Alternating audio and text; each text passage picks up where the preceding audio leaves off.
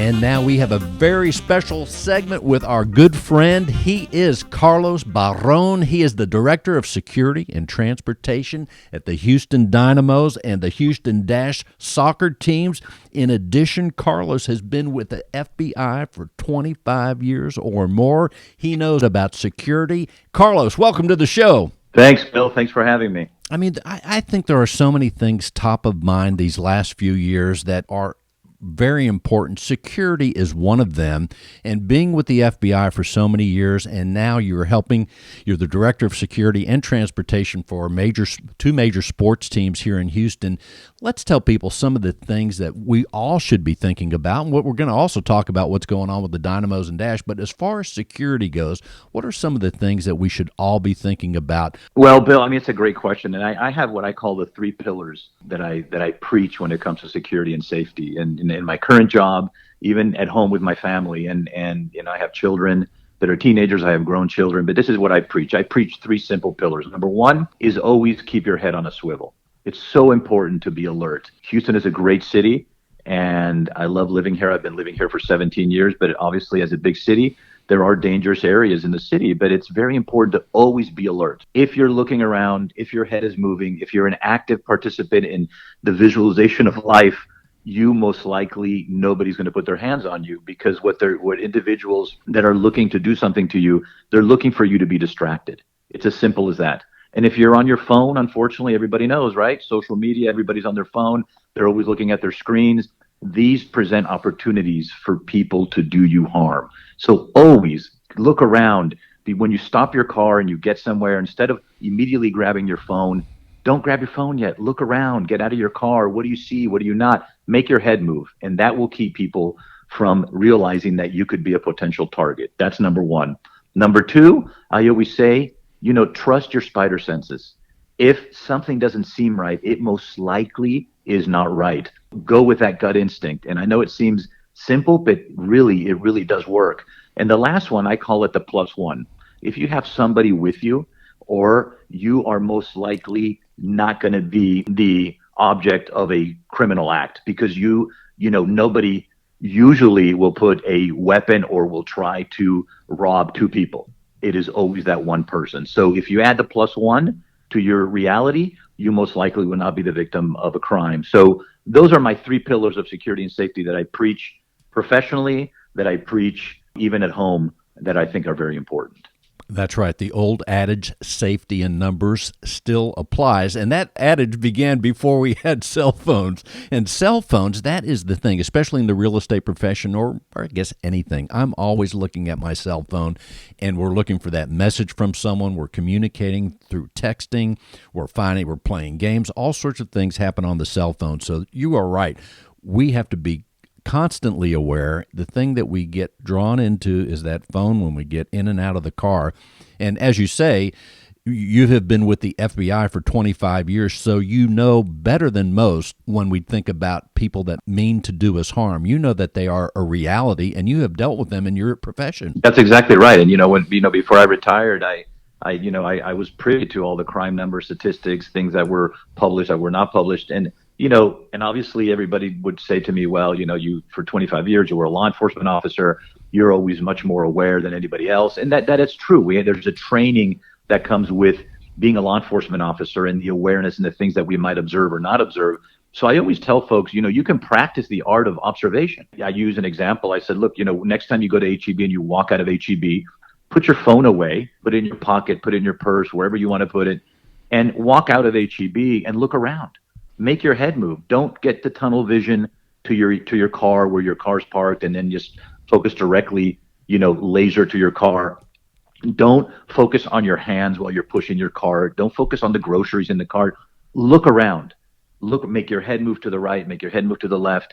Look not just at your car, the cars that are parked next to you. Exercise and practice the art of being attentive and looking. And I think, people can practice that. And while you're practicing that, you are becoming safer, because people that want to do you harm are looking for you to be distracted. And if you're practicing the art of being attentive and looking around, those individuals do not see an opportunity to do you harm. also, as you say, the plus one, as we think about realtors doing open houses or even as they show property, having that second person there is so important. The plus one is a great idea as well. Absolutely. I mean, the plus one is, I get a lot of calls and I get approached when I do safety presentations about, examples. Well, my daughter's in college and she takes Ubers and this and that. My question back to them is immediately, are you communicating with your daughter? Are you talking to your daughter about how important it is to, does she have a friend that could take the Uber with her? What condition is your daughter in? Have you talked to her about maybe, or son? I mean, have you talked to them about not consuming alcohol and not being, drunk when they get into one of these vehicles? But the question goes back to them. Have you had these conversations with your children about the state that they're in when they're taking these Ubers or rides? Because everybody's always worried about, is it safe to take transportation? Are these methodologies safe? And it is safe, but you as an individual are very much in control of your own safety. And that's an important, conversation that I like to have. So I always throw it back. I always give my 3 pillars, but I'm always asking the question back when somebody approaches me and says, is this situation safe? And my loop back is, are you making it safe? We have a certain responsibility, no doubt about it. One of the things in 2021, one of the great things that's coming up is the soccer season for the Houston Dynamos and Dash right here in Houston. I think that's February, right? That's correct, end of February. Here you are taking your experience, your security experience, your law enforcement experience, and by the way, thank you for your service. And anybody that's a first responder out there listening, we thank you for your service. FBI, fire, police, everybody, we need you badly. In the meantime, though, as far as the responsibility for a team, we think about football teams, soccer, baseball. A lot of times we don't think that there's an element of security, and you're in that world now, Carlos. Tell us a little bit about the Dynamos and the Dash as far as security and also some of the fun things that are coming up. Well, the important thing to know is that, both teams, the Dynamo and the Dash, play at BBVA Stadium. And BBVA Stadium is a stadium that holds 22,000 people. It's downtown. It's an open-air stadium, state-of-the-art. And obviously, my role and responsibility is to make sure that these individuals that come to these games are safe.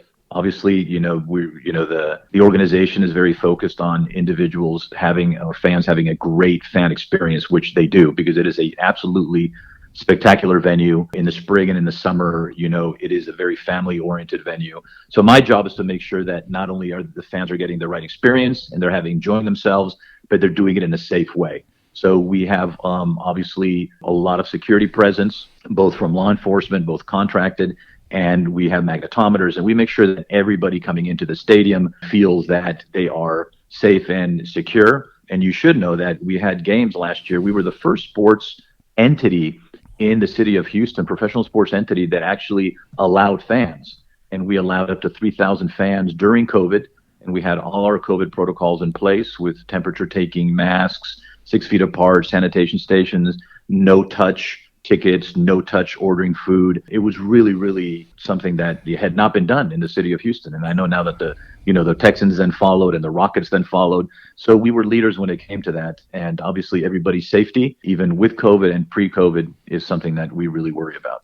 In addition, you're in charge of the safety of the people attending the events. Also, the team, I would think that there has to be internally some things that you're working behind the scenes to keep the players and the staff safe as well. Exactly. They're obviously the players and the staff and the coaches and are one of our key assets. So we do a lot of things to protect them, both in their training facility, both at the stadium, and just awareness and things that they need to know, even while they're not, practicing or at home like every other normal citizen. So we do take, security steps to protect them, as they are key assets to our organization. I can't think of anything more fun to do as we have tremendous weather in February, March, and beyond to be in an open-air stadium watching the teams play.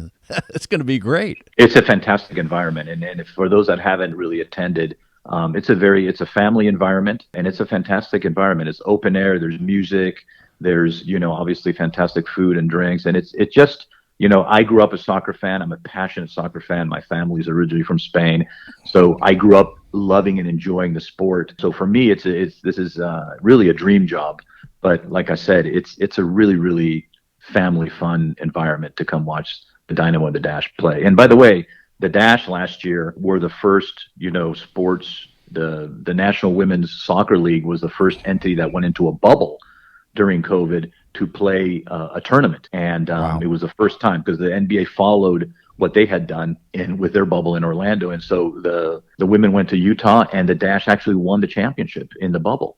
So they are the defending champions. So it was very exciting for their organization. So they're going to be on the field with extra excitement as we start off the year. We're talking with Carlos Barron. He is the Director of Security and Transportation for the Houston Dynamo and the Houston Dash teams right here in Houston, Texas. What a fun job and a very important job you have, Carlos.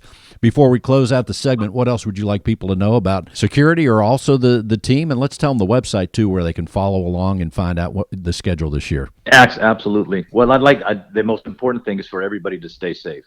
So that's the most important thing. If you follow those 3 pillars that I've recommended, I think that you and your family will stay safer in Houston. So that's number one. Number two is if you haven't gone to a Dynamo or a Dash game, come down to BBVA Stadium. It's a really, really, really fun environment, safe environment, and I think that you will enjoy that, especially considering it's outdoors and it's just, like I said, a really good environment.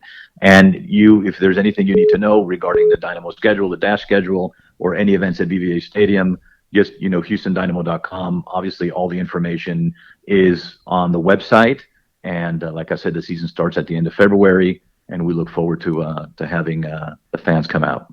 There you go, HoustonDynamo.com. Ladies and gentlemen, Carlos Barron. Carlos, thank you for being on the show, and we hope to have you back sometime soon.